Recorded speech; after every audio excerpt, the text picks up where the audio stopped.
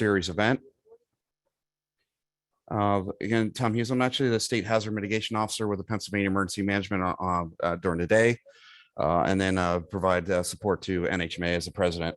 I also know that there are some other board members on here, and I want to thank Laura Algio and Vince Brown with FEMA headquarters for providing the funding under a cooperative technical grant that we are delivering 10 webinars on in a series here, and this being the 5th one that we've done now under that task order. We have 3 awesome speakers on 3 very timely topics. And so I'm going to go ahead before I introduce them. I also would be remiss not to talk about NHMA a little bit. And so next slide here. Just want to let you know some of the things that we've been doing. Obviously, you've seen, many of you have commented on our website, but we have updated that. We've updated our strategic plan.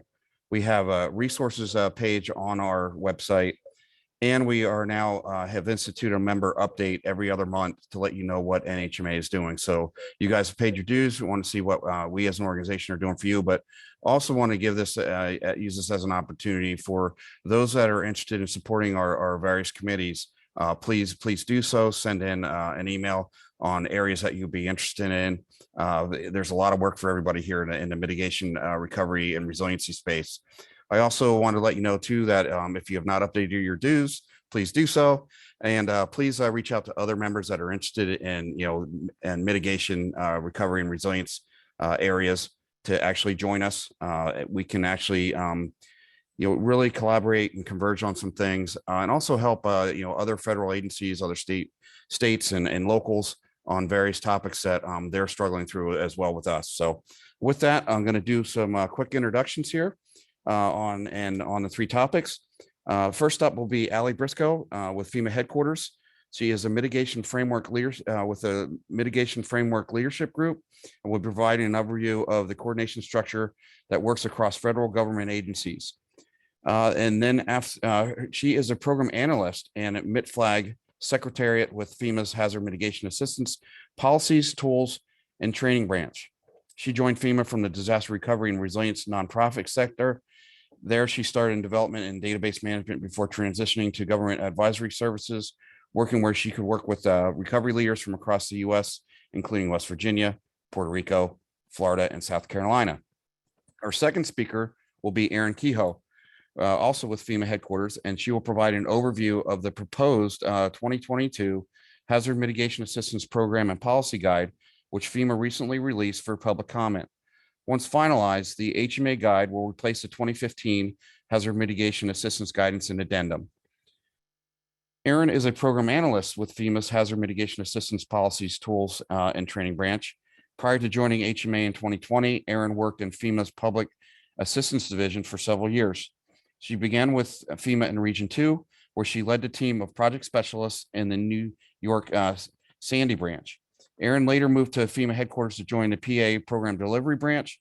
Before joining FEMA, Erin worked with the New York City Office of Management and Budget, where she headed up the policy unit within HUD, Community Development Block Grant for Disaster Recovery Task Force. And then finally, we'll have Juan Nieves. Juan and I actually worked in the joint field office years ago. I don't know if you remember this, and we ran BCAs here. And Juan will provide information on the FEMA Building Science Directorate's disaster support program for states and locals. Juan is a civil engineer with FEMA's Building Science Branch. He has more than 10 years experience in natural hazard mitigation, forensic assessments, building codes analysis, and climate resilience.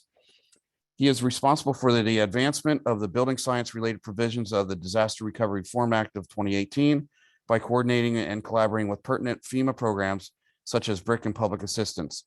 He led the development of FEMA's building code adoption playbook for authorities having jurisdiction, which is intended for officials interested in increasing community resilience and reducing loss from natural hazards by adopting the latest editions of the model building codes.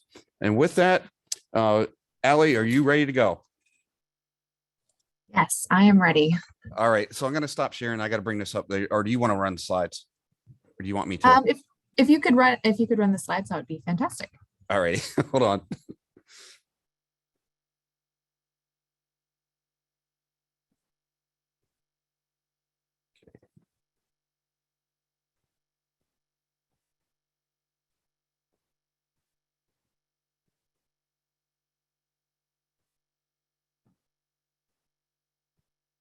Need a little help here.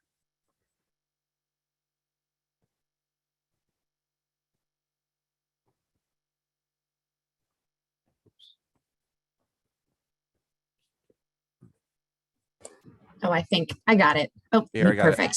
Yeah, Just takes me a little bit. I'm a dinosaur of this technology. no All right, worries. go ahead, Allie. Perfect. Thank you. Good morning, everyone. I am excited for the opportunity to meet with you all and share more about the Mitigation Framework Leadership Group, also known as the MitFLG, and also looking forward to updating you all on MitFLG's current initiative. As mentioned, my name is Briscoe, and I am the current MitFLG Secretariat. So today I plan to give an overview of the MitFLG, who and what we are, the National Mitigation Investment Strategy, and speak specifically about some of our current initiatives. Next slide, please. I know some of you may be familiar with the MitFLG, but just in case, I wanted to give a brief introduction to get us started. So the Mitigation Framework Leadership Group was established in 2013 as a part of Presidential Policy Directive 8 on national preparedness. So this directive created interagency frameworks in 5 mission areas. So that's prevention, protection, mitigation, response, and recovery that all work across the federal government. So our responsibility is to advance the mitigation piece of those national preparedness goals. And we are really a coordinating body to promote and facilitate mitigation efforts across the federal government. Next slide, please. So I won't read all of these responsibilities, but I do want to highlight that our main goal is to convene the federal government together and to coordinate our policy and mitigation efforts. So although this group cannot direct any one agency to do something specific, we aim to remove the silos across our respective agencies and really open up those lines of communication for mitigation efforts. And then each agency will then be responsible to take back these discussions and recommendations for implementation. Next slide, please. Although I'm a FEMA employee and we have a FEMA chair and we are largely driven by FEMA, which is as part of the presidential policy directive, this is very much an interagency collaboration with representatives from 14 plus agencies, as well as state, local, tribal, and territorial members from across various agencies. So here's a list of our current representatives. So that includes also sub-agencies as well. So we have NOAA, NIST, for example, under Department of Commerce. And then we require each of these agencies to have a principal, which is an executive senior leader who can fully represent the decisions and interests of their agencies, as well as at least one action officer who act as our main working point of contact for their agencies. Next slide, please.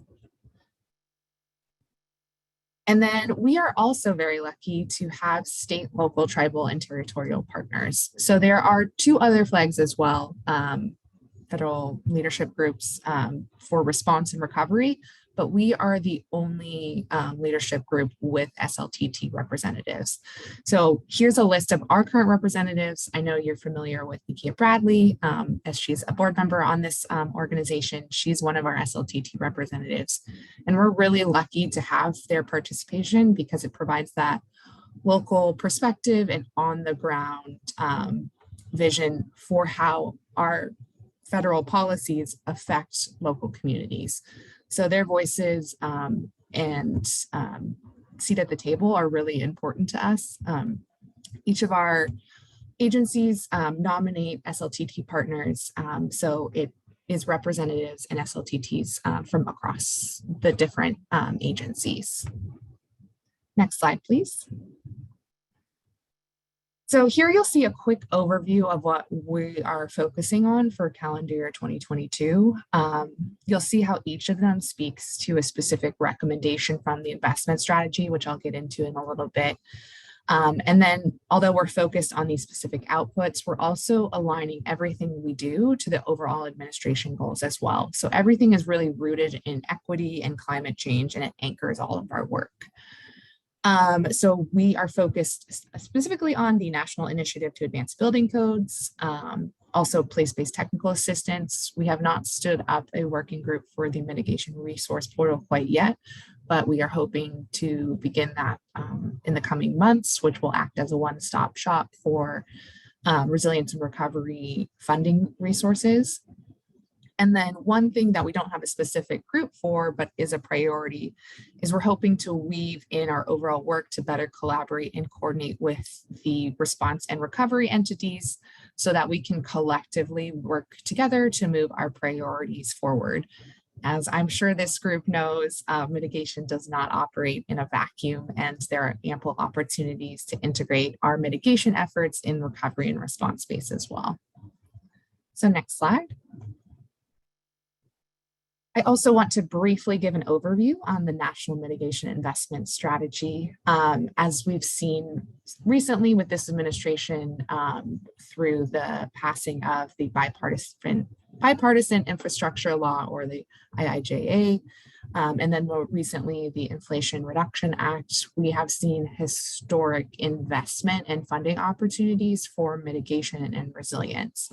So our hope is that we can really look to this investment strategy as a guiding document as our federal partners really look to implement this funding. Next slide, please.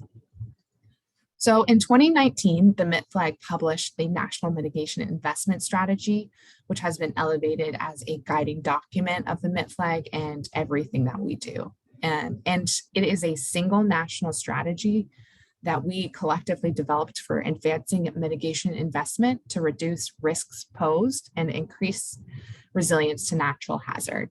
It specifically addresses natural hazards like flood, hurricane, tornado, wildfire, and earthquake, as opposed to man-made threats such as terrorism. So just wanted to quickly highlight that.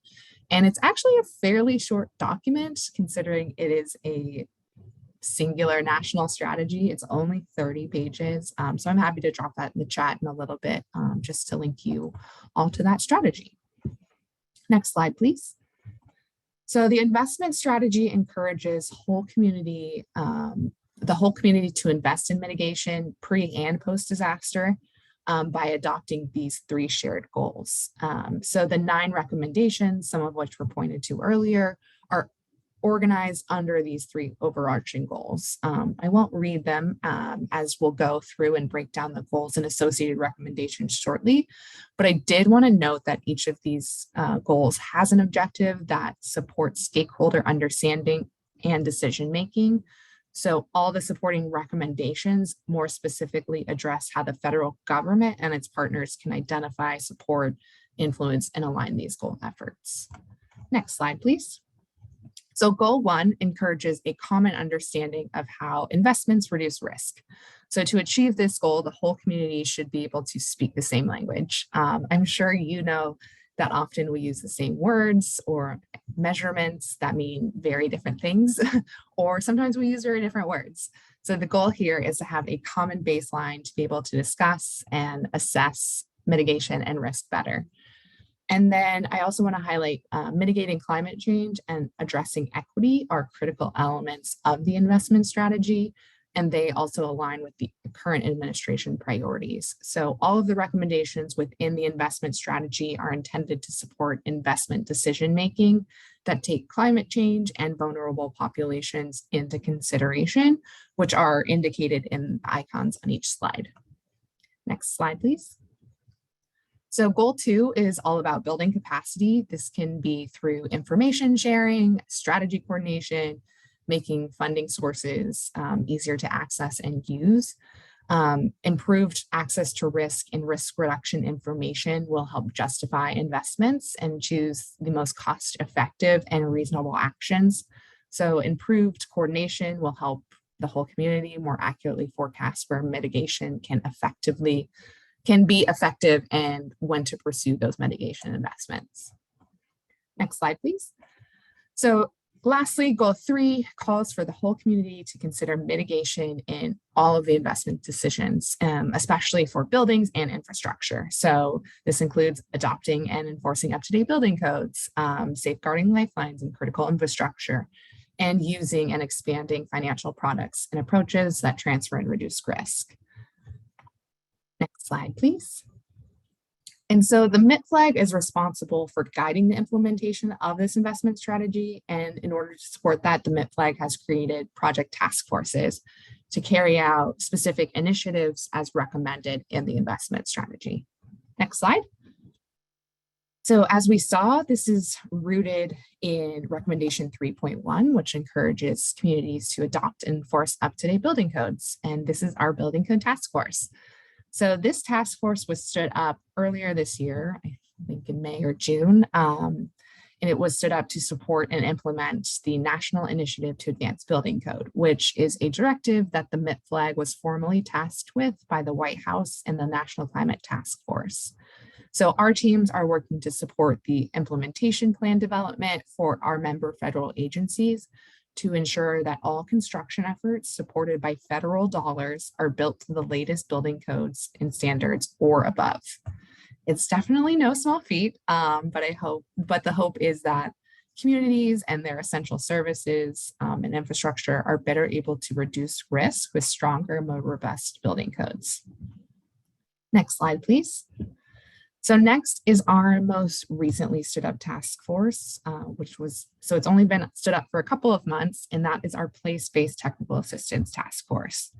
So the goal of this one is to build off the lessons learned from one of the MitFLG's previous working groups to provide short and long-term improved coordination and delivery of technical assistance services. The hope is that it is inclusive of all resources that can support an underserved or disadvantaged communities' resilience needs. So the concept is the same way all of our federal agencies come together and support a community following disaster and meeting the specific needs of that community. We want to do so proactively and come together prior to disaster and support the needs, all the mitigation needs of a community accordingly. So we hope to leverage our interagencies partnerships to provide a high quality and responsive technical assistance. Next slide. And this is just to illustrate that concept. We are hoping to start this off in 5 initial communities. We are still working to identify those communities.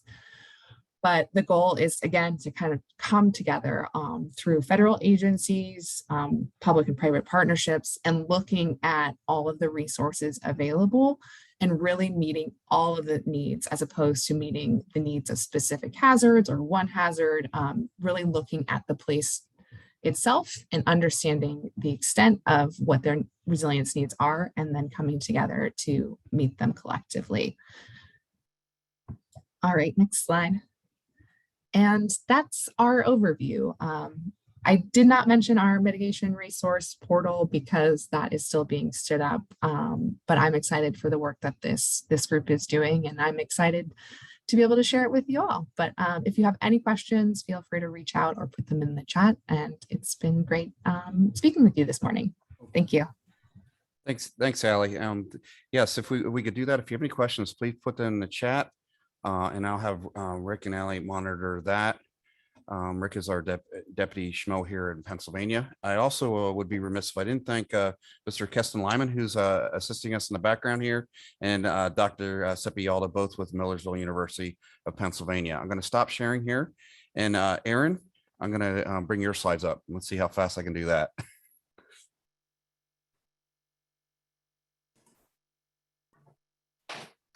Can you all hear me okay?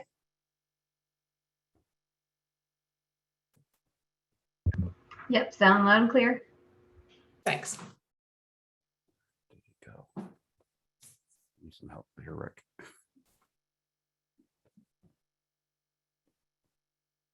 I really did it. It's supposed to be that one right there. Go ahead.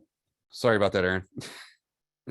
No worries. Okay, hi everyone. Good morning. Glad to be here with you today. This is actually our first time talking to our external stakeholders about this, so excited to be here. So, and I'm here with my colleague Jessica Fleck, who's also on the team, just to help with Q&A at the end. So we can get right into the next slide. So we're just going to do a quick overview of the proposed 2022 HMA program and policy guide, and I'm going to call it the HMA guide for shorthand. Just a quick overview, talking about the scope and some highlights of the updates. Let you all know a little bit how the public comment period went and talk about future HMA guidance updates. Alrighty, next slide. Okay, so as some of you might know, the HMA guidance has not been updated since 2015. So this effort has been a huge effort. We're combining, among other things, we're combining the guidance document and the addendum into one document. The addendum was a separate document that had a lot of the project types outlined, and now it's all going into one comprehensive document. The guidance, the HMA guide covers HMGP post-fire, BRIC, and FMA.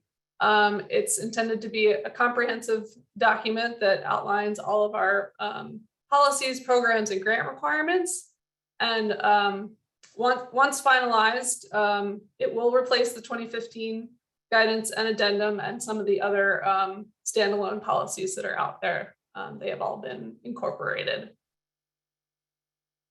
Okay, so some of our inputs, we've been working through this for a while. We've considered a lot of different sources of input that we've received over the last few years. The stand-up of the BRIC program was actually a really great way to hear from our stakeholders, you know, some of their mitigation needs and wants. We did a lot of work with our regions and our other partners at headquarters, our mitigation planning team, our building science team, all across FEMA.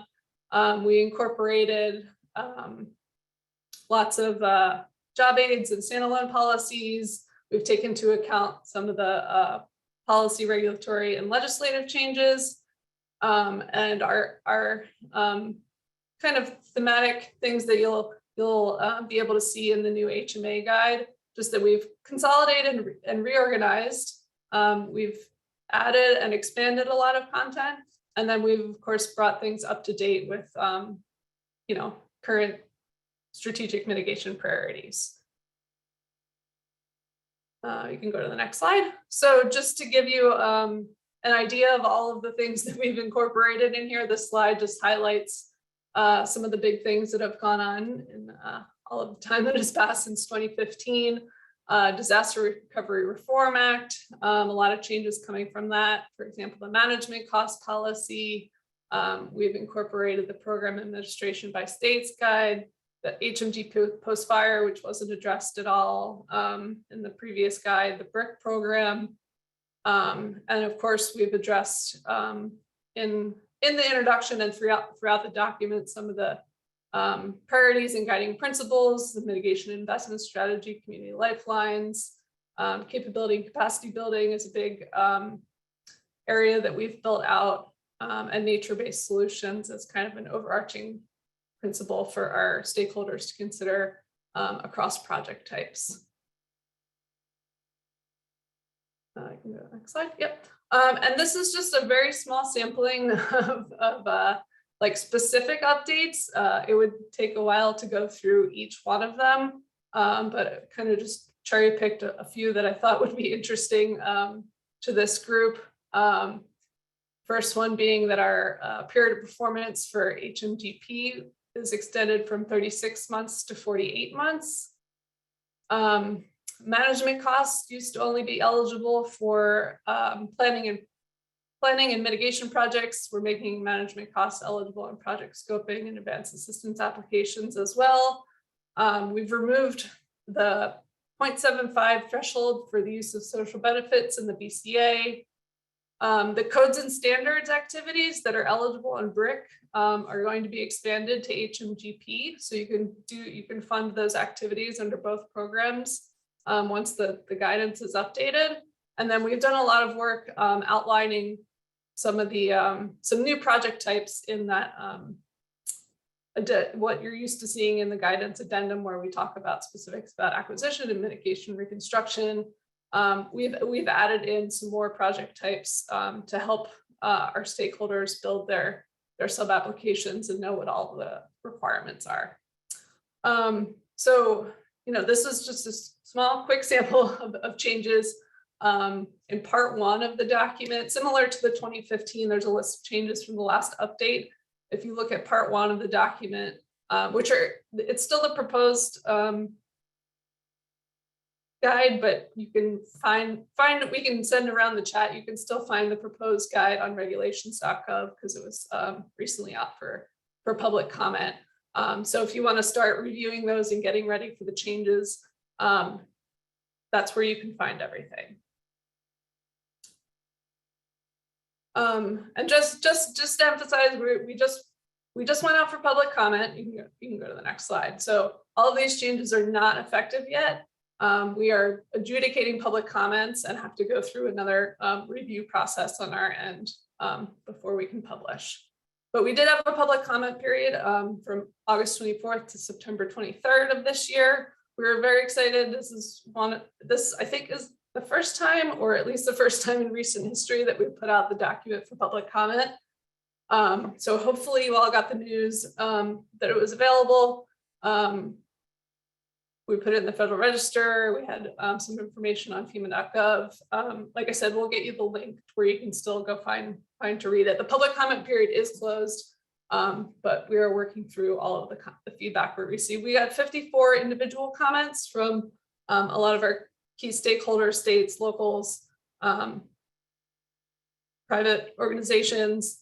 And among those 54 comments, we went through and parsed out all of the individual comments, and we're currently working through 700 individual topics. So it's going to take us a little bit of time to get through that and publish this thing, but we're appreciative of all the thoughtful feedback that we got during this public comment period.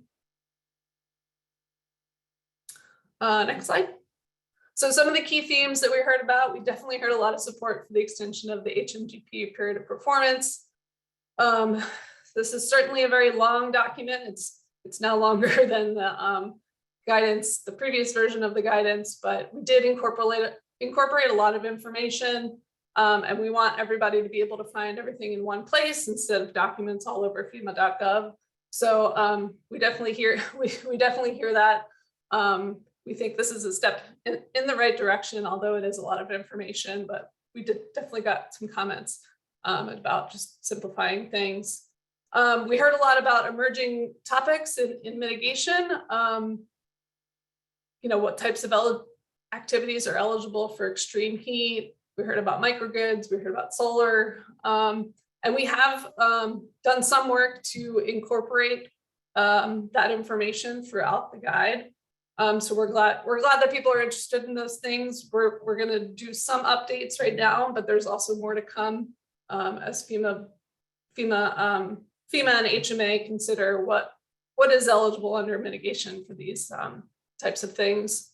Of course, we heard a lot about the BCA, always a hot topic in HMA, just opportunities to reduce the burden of doing a cost effectiveness analysis. We've heard about obviously the discount rate, and hopefully some of our stakeholders have heard about the opportunity on BRIC and FMA in the current NOFO to take advantage of an alternative cost effectiveness methodology.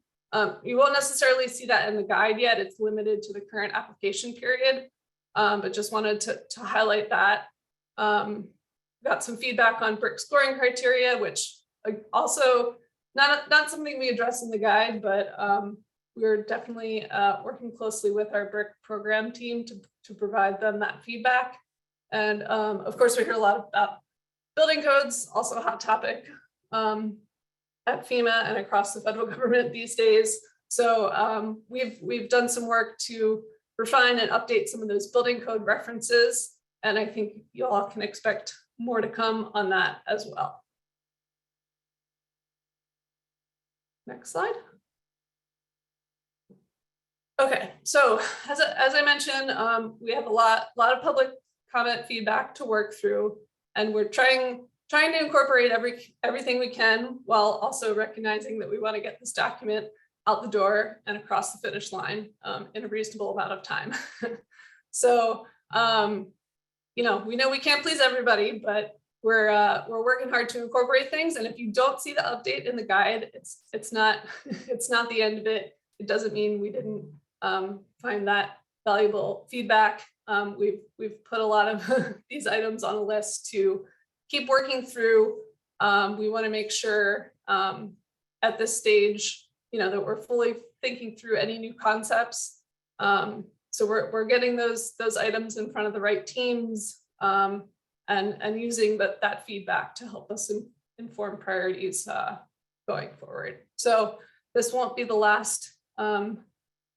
You'll hear from us in 8 years or 7 years, as it were, since the last guidance update. HMA is working hard to be responsive and do some of those policy updates even after this guidance comes out. So that is a quick overview. Happy to take any questions when we open up for Q&A. I'm wondering too, if but you could drop your both Erin, your and Jessica's emails in the chat there, and that if there's folks that even after the session could be able to reach out, we will provide copies of these slides to those that had signed up for the session. So I'm going to stop sharing here. And is Juan, are you there? And thanks very much, Erin, for the brief. You're welcome. I'm here. All righty. See if I It can do says you this. cannot start your video because this host has stopped it. Okay. Not like anybody needs to see my pretty face, but if you want it up. I can only do one thing at a time here. It seems like Kester, can you fix the can you fix that the video for him? Probably he needs rights. Yep, there it is. Yar. Sorry if anybody got spooked.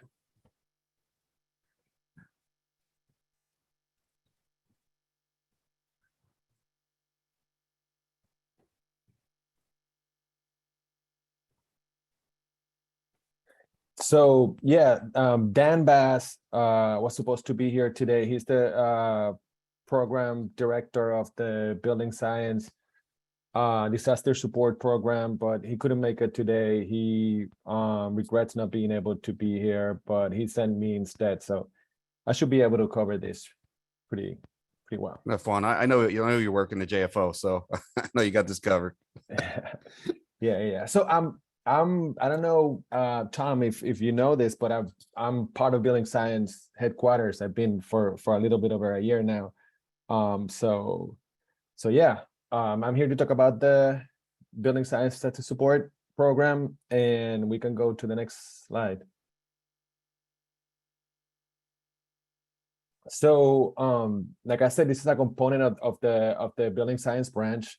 And this program is actually one of the best tools that FEMA has to validate guidance and to develop lessons learned. And this graphic right here that you're seeing on your screen is one that illustrates what we do at Building Science Branch. And if you imagine a disaster would be on the top left, it would you can develop new guidance and new knowledge from disasters, right? So that's when the cycle kind of like starts. We go out there, we develop lessons learned and validate guidance. Then that guidance eventually makes it into building codes and standards, because we have several people here at FEMA that work together with ICC and other codes and standards programs and agencies. So we collaborate with them to try to make those new, building science lessons learned into new building codes, and then we go out there to do the outreach and help with the implementation of these new building science lessons learned. And then the cycle never, unfortunately, the cycle never ends. Disasters keep happening, and they will keep happening. So I really like this guide, this this image right here, and it represents what we do at Building Science. We can go to the next slide. But now we're going to talk about specifically about the Building Science Disaster Support Program. And you can tell that we've been doing this for a long time. It's been 30 years of running this program. We've sent MATs or mitigation assessment teams out, since 1993 for big disasters and smaller disasters. And sometimes what you're not seeing here is sometimes we go out there and we do what's called a pre-mat, but we don't really do the whole full mitigation assessment team report. So for example, currently we're working in Louisiana after Hurricane Ian, and then in New York for the same event. We're doing work in Colorado for the Marshall fires, and in Kentucky after the December 10 tornadoes. And actually, I don't see here the work that we're doing in the Commonwealth of the Northern Mariana Islands, or CNMI, that the support that we're doing there for the Typhoon U2 that happened back a couple of years. So yeah, we do a lot of support for disasters all over the country, and sometimes we do a full MAT report, sometimes we don't, but we'll get into that a little bit later. Next slide, please. We collaborate with a lot of stakeholders, too many to fit into this slide, but what is not shown here is all the SLTT support that we get, all the local officials, building officials, a lot of academia support, and every disaster is local. I know you all heard that. So we depend on the local knowledge and to help inform before we go out there and actually when we are on the field. So we depend on collaborations with private and public industry. Next slide, please. So this is step number 1 in the Building Science Disaster Support Program. When a big storm or a big event is coming through, our team starts monitoring the event and collecting data, right? We start collecting data about the expected wind speed, rainfall, expected surge, and all this data that's going to tell us how, we can have an idea of how big this is going to be. Then during the event, the team collects the impacts as they're happening, right? But nowadays, with technology, we have the flyovers, we have stream gauge data, we have all the information that can help us see what's happening. And we focus mainly on critical infrastructure, such as hospitals, police departments, fire departments, but we also pay a lot of attention to residential and non-residential structures. And as we collect this data is also evaluated, and we try to determine if there's going to be lessons learned based on the damages that we're seeing live during the event. So next slide, please. And here I'm going to talk a little bit about what just happened in Hurricane Ian. And my apologies, I said Hurricane Ian in Louisiana, but that was Ida, different disaster. Ida in New York and Louisiana is what we're currently working on. This is Ian in Florida. We sent a pre-mat team, 3 small teams on October 12th to the 14th. Team number 1 was focused on the coastal areas. They were in the barrier islands looking at damages from surge. And then team 2 and 3, they were mostly focused on inland flood and wind damage. Team 2 was north of Fort Myers.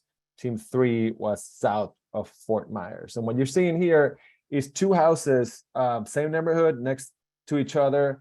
And in the floodplain, the one on the left was built in 2016, and the one on the right was built in 1994. So you can tell if you look, there's steps on the left house. So that tells you that house was built later, so it was elevated.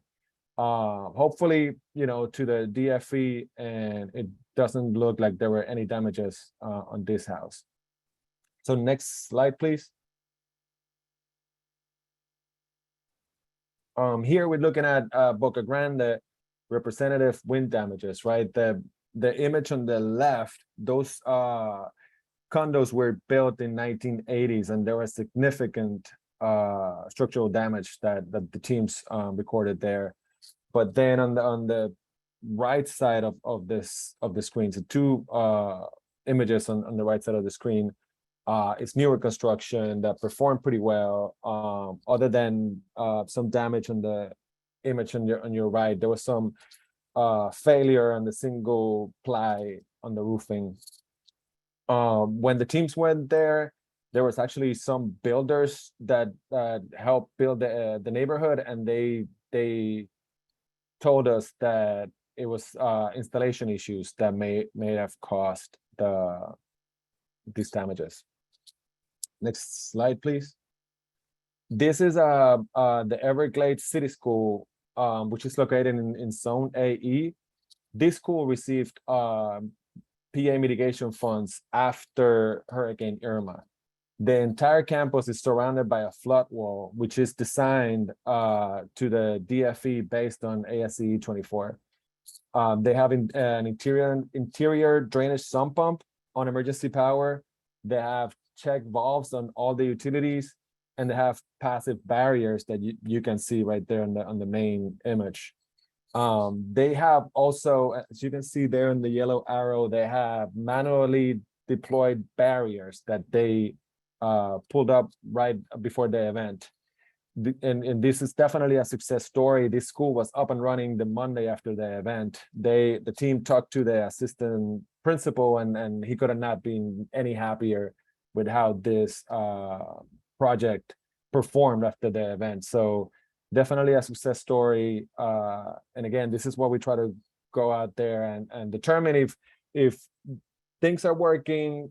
Great, we can build a success story. If they're not working, then we can develop new guidance to try to address those issues. Next slide, please.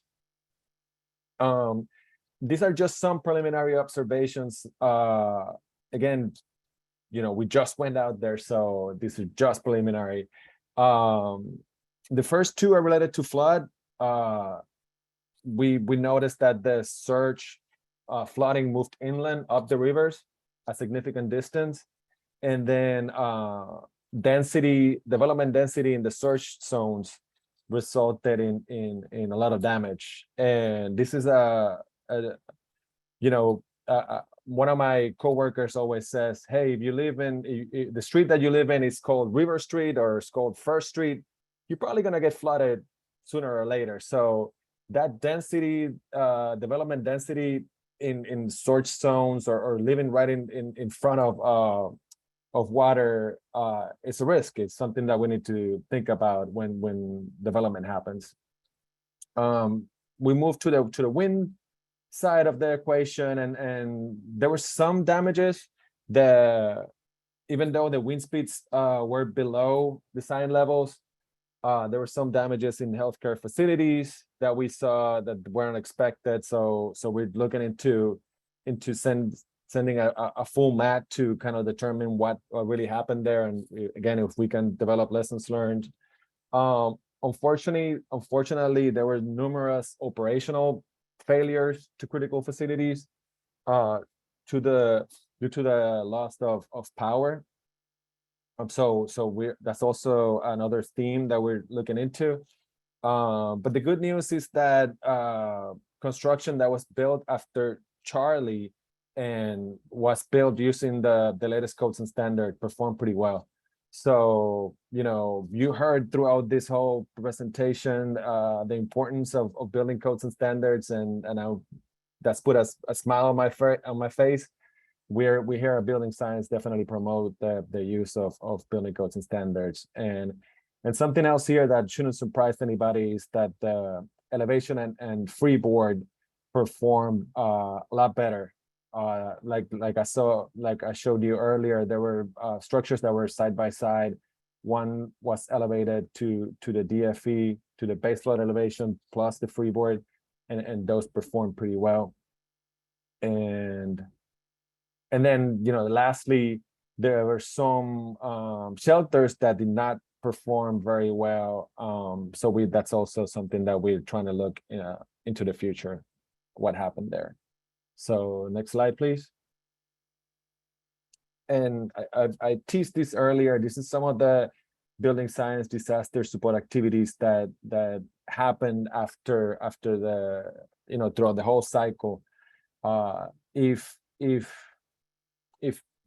the team or FEMA or leadership determines if the event should have a full mitigation assessment team, that's a big group that goes out there. Right now we're talking about, maybe what I'm hearing is we're sending 4 teams of 6, so that's a big effort.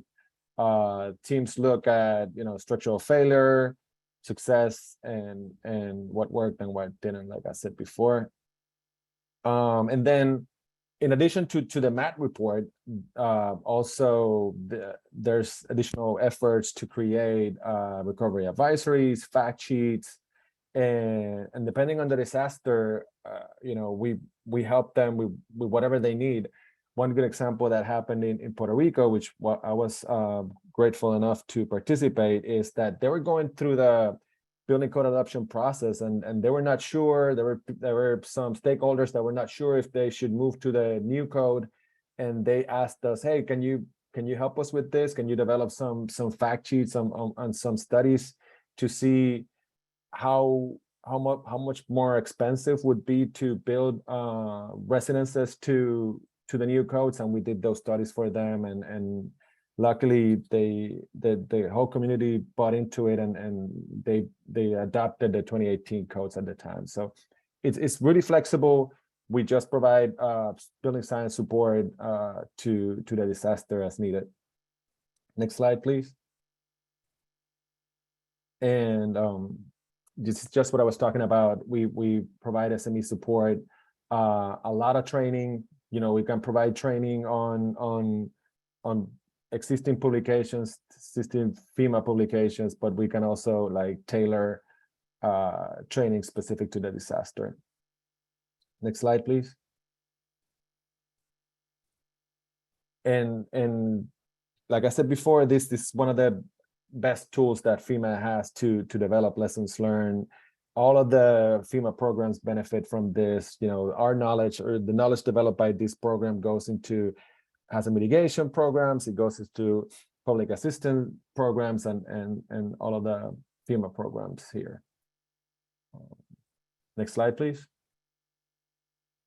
This is one tool that I just wanted to highlight. I don't think there's a link here, but if you Google FEMA BCAT, BCAT, it's a tool that we have on FEMA.gov that everybody can use to find out what's the latest, what's the code adopted in your area. So if you're interested in finding that, just Google FEMA BCAT, BCAT, and you can easily find out what's the code adopted in your community. Next slide.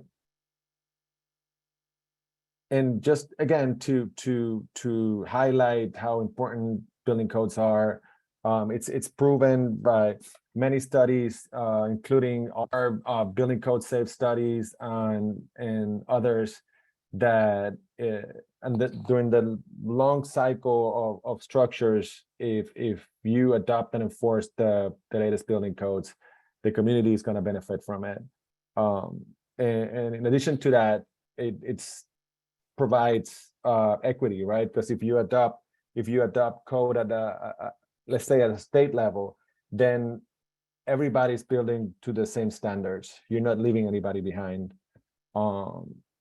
Everybody should be living in a safe residence. So we promote building codes, and we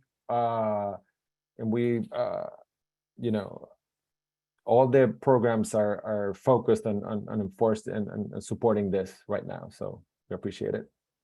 Next slide. And that's it. I'm happy to answer questions here at the end. Thanks. Any questions for Juan?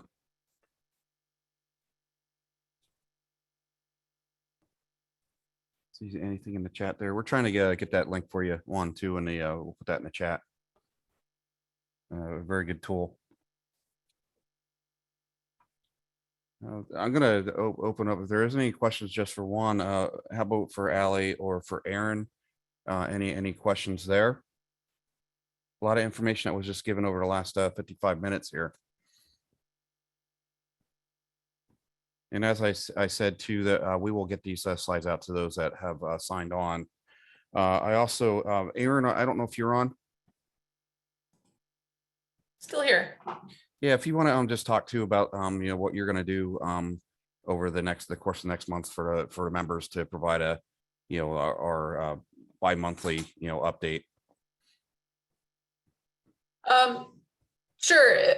We are planning to do a lot of rollout materials once the guide is out there and published, so that we make sure people know what's new and what maybe needs to be adjusted. So that is to come. I don't think you'll see too much before that, just because we're still like finalizing the document, but we're working really hard to get this out early next year. So I just realized that Erin, I'm sorry, I meant Erin Capps. She's our secretary with NHMA, but as well, because you said Erin, and I know hey, look, it's my bad. I'm in really good company. And then when she started answering, I thought, oh, okay, well, Tom meant her. Hi, everyone. Yes, I'm Erin Capps with Atkins, but also our secretary and on the board for NHMA. Definitely a labor of love. And these types of webinars is what we like to bring to our membership, but we're also doing ongoing membership webinars too and outreach. And yes, that's great here. She said she's paying attention. And so for that series too, tentatively we have it slated for the end of next month. We're going to have a state speaker, and we're going to be featuring our different committees for these NHMA webinars, and we're really excited to have an emerging leaders group and made of those that were, sometimes, I mean, I know probably most of the folks that are on this webinar, this was not a career path that was open to me when I was, in school or college. And now we see so many more. I mean, this Millersville University, Clemson University, all these tie-ins. I could mention, a dozen others that have either emergency management programs or mitigation programs, and it's really exciting. And so we're seeing, a strong future here for future mitigators, which is awesome. And so we're going to be featuring our emerging leaders group as part of NHMA on our next monthly webinar, and moving forward with that. So in addition to this webinar series that we are able to do as part of our cooperating technical partnership with FEMA, we're also going to be doing internal monthly webinars too, and excited to have that for our membership. Alrighty, thanks, Erin Capps, and thanks, Erin Kehoe. So, Rick, are you seeing anything in the chat here that has been put in? Janelle was bringing up about brick. All right, Janelle had a question here.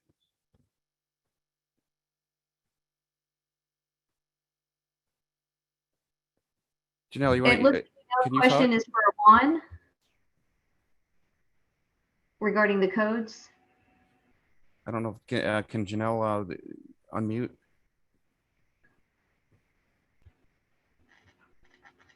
I think that the question is regarding the ability to adopt the codes and not having in that frustrating aspect of that, and it being a ding when they're going for brick competitive grant. So trying to get the tie in there. Oh, there's Janelle. Okay, so I think if you unmute Janelle, there you go. Go for it. Are you able to hear me? Yep. Yes, we can, Janelle. Great. So it's really, I guess, more of a comment, but first of all, great projects that you showed us. I enjoyed seeing those, but I will bring up the side of the nearly 50% of the states that do not adopt codes at the statewide level, but rather adopt by law at the local level. And so we kind of feel a little discriminated against when we're applying for brick projects because we are unable to get those points right off the bat. In Nevada, 97% of our population is covered by the newer codes, yet it doesn't matter because we adopt at the local level, we don't adopt at the statewide level. And so we agree with you, but it's unlikely to happen in the nearly 50 states in changing law or happen anytime soon. So that's a frustration for us that we're unsuccessful in meeting those brick competitive grants, mostly because we don't have statewide adoption. And I'm wondering if you guys are hearing us, the nearly 50% of us that are saying we totally agree with the adoption of the latest codes and the fact that everybody needs to live in a safe place. But is there any chance of taking a second look? And I for one have talked to many people at the building science division there about this very topic every time I get the opportunity. And so if there's any opportunity for you guys to rethink exactly how it's being required so that, we can make some changes, but we really get left out of, the very people who need the help and the grants are unable to get them because we don't meet that requirement. So it's really more of a comment. So Janelle, you're talking at the state level, the 10 or 20 points being, whatever your or code that you're at for statewide, right? Yeah, I understand that. And I, same here for leadership, trying to not only get, the state level, we just did go to 2018, February 14th of this year, but then at the local level, do they have it on the books and do they enforce it? And are they going to pick up the points there? I mean, BSEGs to many of the communities in our state, was like a new term, when brick came online. So, we've been trying to have our folks, actually, contact ISO and get the, that BSEGs rating. And that's not an easy thing to do either. So, as a fellow state, I feel your pain. I got it. But yes, Hey. we need to get it to other folks that can see that and give a little latitude here for making, if we're talking diversity, equity, and inclusion, that we're able to get those communities the help that they need. I feel like that, part of these series too that we're doing, and, I didn't mention this on the membership one too, is like, we want to know calls for topics too. And I feel like this is one that could generate a lot of interest that we've heard regarding codes and the being able to take advantage of that. And I see Mary Baker chimed in there too. Mary Baker also on NHMA board about the rural areas and not being able to receive full points. So I think this is one that would be a good discussion to continue. Agree with you, Erin. So if there's not any, we're coming close to our hour, or we're actually over. I want to thank you all the speakers here today for coming on and providing us this timely information. I've got quite a few things I wrote down here, so we look forward to the new guidance. Look forward to any new products with the unreinforced masonry that the MitFLG worked on. That got a lot of movement there. And with the building codes, with the mat, I was not aware of. I knew you guys were out there, didn't know what you guys did. I see the assessment reports, but as far as how you guys activate, how many people you bring to the table, that it can help communities look at that building code. And then I think you're going to see some really good things in that you saw in the pre-mat, but overall in that report that building codes do save properties, do save lives. I'm looking forward to seeing that final report from the Florida event. And any questions? A final call or any last comments? Again, I want to thank FEMA's Hazard Mitigation Assistance Policy Tools and Training Branch and the Building Science Branch here. Thank you very much for your time. And with that, Thank you I'll end it and thank you all for your time. Thank you. Tom. Thanks all. Thanks for having us.